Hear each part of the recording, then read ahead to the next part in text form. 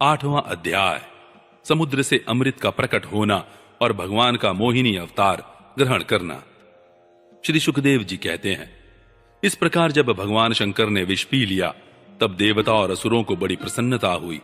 वे फिर नए उत्साह से समुद्र मथने लगे। तब समुद्र से कामधेनु प्रकट हुई।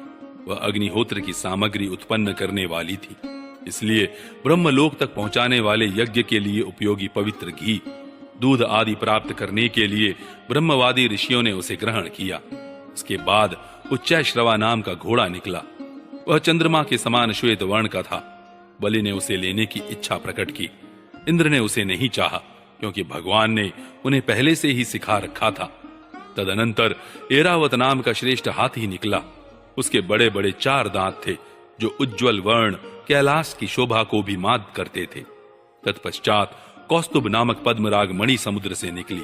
उस मणि को अपने हृदय पर धारण करने के लिए अजित भगवान ने लेना चाहा।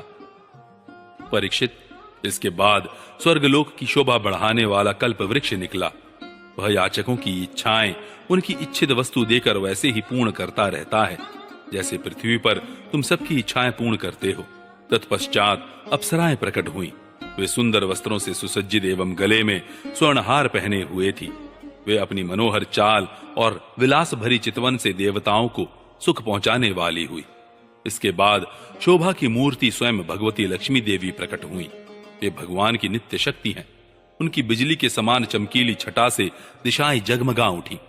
उनके सौंदर्य, औदार्य, यौवन, रूप, रंग और महिमा से सबका चित्त खिंच गया। देवता, असुर, मनुष्य सभी ने चाहा कि यह हमें मिल जाए। स्वयं इंद्र अपने हाथों उनके बैठने के लिए बड़ा विचित्र आसन ले आए। श्रेष्ठ नदियों ने मूर्तिमान होकर उनके अभिषेक के लिए सोने के घड़ों में भर भर कर पवित्र जल ला दिया। पृथ्वी ने अभिषेक के योग्य सब औषधियां दी। गौओं ने पंचगव्य और वसंत ऋतु ने चैत्र वैशाख में होने वाले सब फूल फल उपस्थित कर दिए। इन सामग्रियों से ऋषियों ने विधिपूर्वक उनका अभिषेक संपन्न किया। गंधर्वों ने मंगलमय संगीत की तान छेड़ दी। नर्तकियां नाच नाच कर गाने लगी। बादल सदेह होकर मृदंग, डमरू, ढोल, नगाड़े, नरसिंगे, शंख, वेणु और वीणा बड़े जोर से बजाने लगे। तब भगवती लक्ष्मी देवी हाथ में कमल लेकर सिंहासन पर विराजमान हो गई। दिग्गजों ने जल से भरे कलशों से उनको स्नान कराया। उस समय ब्राह्मणगण वेद मंत्रों का पाठ कर रहे थे। समुद्र ने पीले रेशमी वस्त्र उनको पहनने के लिए दिए। वरुण ने ऐसी वैजयंती माला समर्पित की, जिसकी मधुमय सुगंध से भौरे मतवाले हो रहे थे। प्रजापति विश्वकर्मा ने भांति भांति के गहने, सरस्वती ने मोतियों का हार, ब्रह्मा जी ने कमल और नागों ने 2 कुंडल समर्पित किए। इसके बाद लक्ष्मी जी ब्राह्मणों के स्वस्त्ययन पाठ कर चुकने पर अपने हाथों में कमल की माला लेकर उसे सर्वगुण संपन्न पुरुष के गले में डालने चली। माला के आसपास उसकी सुगंध से मतवाले हुए भौरे गुंजार कर रहे थे। उस समय लक्ष्मी जी के मुख की शोभा अवर्णनीय हो रही थी। सुंदर कपोलों पर कुंडल लटक रहे थे। लक्ष्मी जी कुछ लज्जा के साथ मंद मंद मुस्कुरा रही थीं। उनकी कमर बहुत पतली थी। दोनों स्तन बिल्कुल सटे हुए और सुंदर थे। उन पर चंदन और केसर का लेप किया हुआ था। जब वे इधर उधर चलती थीं, तब उनके पायजेब से बड़ी मधुर झनकार निकलती थी। ऐसा जान पड़ता था मानो कोई सोने की लता इधर उधर घूम फिर रही है। वे चाहती थीं कि मुझे कोई निर्दोष और समस्त उत्तम गुणों से नित्य युक्त अविनाशी पुरुष मिले तो मैं उसे अपना आश्रय बनाऊं, वरण करूं। परंतु गंधर्व, यक्ष, असुर, सिद्ध, चारण, देवता आदि में कोई भी वैसा पुरुष उन्हें न मिला। कोई तपस्वी तो हैं, परंतु उन्होंने क्रोध पर विजय नहीं प्राप्त की है। किन्हीं में ज्ञान तो है, परंतु वे पूरे अनासक्त नहीं हैं। कोई कोई है तो बड़े महत्वशाली, परंतु वे काम को नहीं जीत सके हैं। किन्हीं में ऐश्वर्य भी बहुत है, परंतु वह ऐश्वर्य ही किस काम का, जब उन्हें दूसरों का आश्रय लेना पड़ता है। किन्हीं में धर्माचरण तो है, परंतु प्राणियों के प्रति वे प्रेम का पूरा बर्ताव नहीं करते।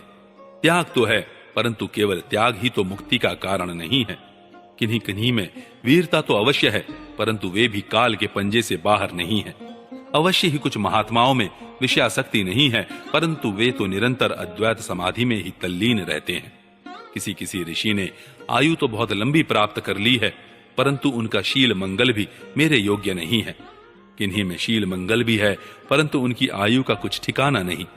अवश्य ही किन्हीं में दोनों ही बातें हैं, परंतु वे अमंगल वेश में रहते हैं। रहे एक भगवान विष्णु, उनमें सभी मंगलमय गुण नित्य निवास करते हैं, परंतु वे मुझे चाहते ही नहीं। इस प्रकार सोच विचार कर अंत में श्री लक्ष्मी जी ने अपने चिर अभीष्ट भगवान को ही वर के रूप में चुना, क्योंकि उनमें समस्त सद्गुण नित्य निवास करते हैं। प्राकृत गुण उनका स्पर्श नहीं कर सकते और अणिमा आदि समस्त गुण उनको चाह करते हैं, परंतु वे किसी की भी अपेक्षा नहीं रखते। वास्तव में लक्ष्मी जी के एकमात्र आश्रय भगवान ही हैं। इसी से उन्होंने उन्हीं को वर्ण किया। लक्ष्मी जी ने भगवान के गले में वह नवीन कमलों की सुंदर माला पहना दी, जिसके चारों ओर झुंड के झुंड मतवाले मधुकर गुंजार कर रहे थे। इसके बाद लज्जापूर्ण मुस्कान और प्रेमपूर्ण चितवन से अपने निवास स्थान उनके वक्ष स्थल को देखती हुई वे उनके पास ही खड़ी हो गईं। जगत पिता भगवान ने जगत जननी समस्त संपत्तियों की अधिष्ठात्री देवता श्री लक्ष्मी जी को अपने वक्ष स्थल पर ही सर्वदा निवास करने का स्थान दिया। लक्ष्मी जी ने वहां विराजमान होकर अपनी करुणा भरी चितवन से तीनों लोक, लोकपति और अपनी प्यारी प्रजा की अभिवृद्धि की।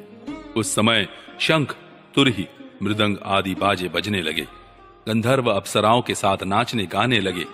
इससे बड़ा भारी शब्द होने लगा। ब्रह्मा, रुद्र, अंगिरा आदि सब प्रजापति पुष्प वर्षा करते हुए भगवान के गुण, स्वरूप और लीला आदि के यथार्थ वर्णन करने वाले मंत्रों से उनकी स्तुति करने लगे।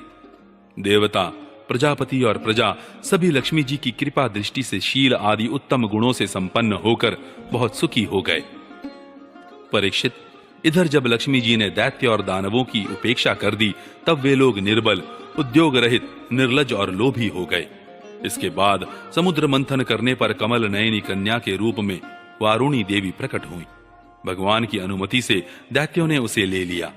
तदनंतर महाराज, देवता और असुरों ने अमृत की इच्छा से जब और भी समुद्र मंथन किया, तब उसमें से एक अत्यंत अलौकिक पुरुष प्रकट हुआ। उसकी भुजाएं लंबी एवं मोटी थी। उसका गला शंख के समान उतार चढ़ाव वाला था और आंखों में लालिमा थी। शरीर का रंग बड़ा सुंदर सांवला सांवला था। गले में माला, अंग अंग सब प्रकार के आभूषणों से सुसज्जित, शरीर पर पीतांबर, कानों में चमकीले मणियों के कुंडल, चौड़ी छाती, तरुण अवस्था, सिंह के समान पराक्रम, अनुपम सौंदर्य, चिकने और घुंघराले बाल लहराते हुए उस पुरुष की छवि बड़ी अनोखी थी। उसके हाथों में कंगन और अमृत से भरा हुआ कलश था। वह साक्षात विष्णु भगवान के अंशांश अवतार थे। वे ही आयुर्वेद के प्रवर्तक और यज्ञ भोक्ता धनवंतरी के नाम से सुप्रसिद्ध हुए।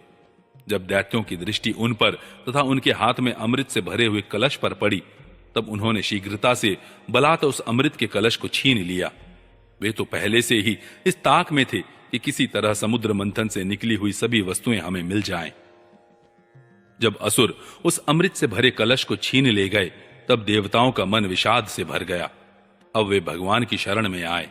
उनकी दीन दशा देखकर भक्त वांछा कल्पतरु भगवान ने कहा, देवताओं, तुम लोग खेद मत करो। मैं अपनी माया से उनमें आपस की फूट डालकर अभी तुम्हारा काम बना देता हूं। परीक्षित, अमृत लोलुप दैत्यों में उसके लिए आपस में झगड़ा खड़ा हो गया।